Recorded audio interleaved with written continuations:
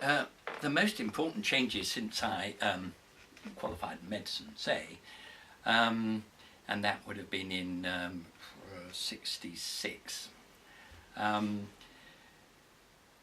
At that time, we basically had chromosome analysis, really, and beyond that, there was relatively little we could do in terms of diagnosing various syndromes and so on.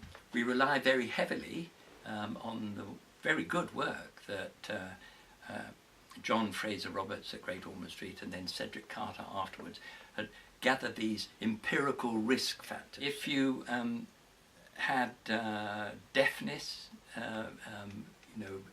congenital deafness, I think we combined, a lot of it was recessive, but if you couldn't prove it was recessive, it was the first one, you would change from a 25% chance down to 10% based on empirical observation. So that's all we had.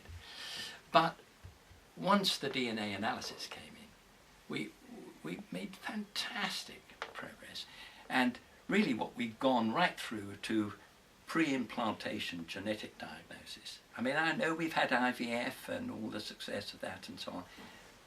Yes, so John Fraser Roberts initially, and then Cedric Carter, Great Ormond Street, collected all these empirical figures of recurrence risk. If a couple had had a child with with deafness, one could say, well, it could be recessive, a 25% recurrence risk, but not all were, and they said, well, it turns out about 10%, so you use those figures. Well, we've gone from that empirical stuff, which was not pretty meaningless to a large extent for those families, right through to giving precise advice based on DNA analysis, and then pre-implantation genetic diagnosis. So the options for families facing these high risks is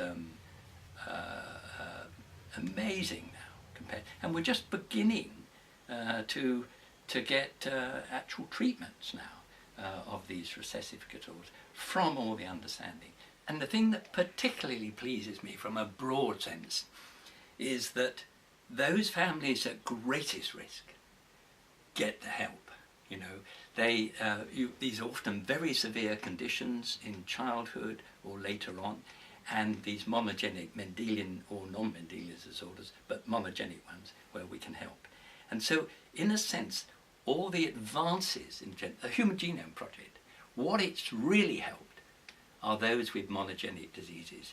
And so you have this nice thing that all the science is helping those who are at greatest risk of the worst things, pretty much. And okay, coronary artery disease, things later in life and so on, well, they're not as bad as having children with some of these genetic disorders. And so that's very satisfying.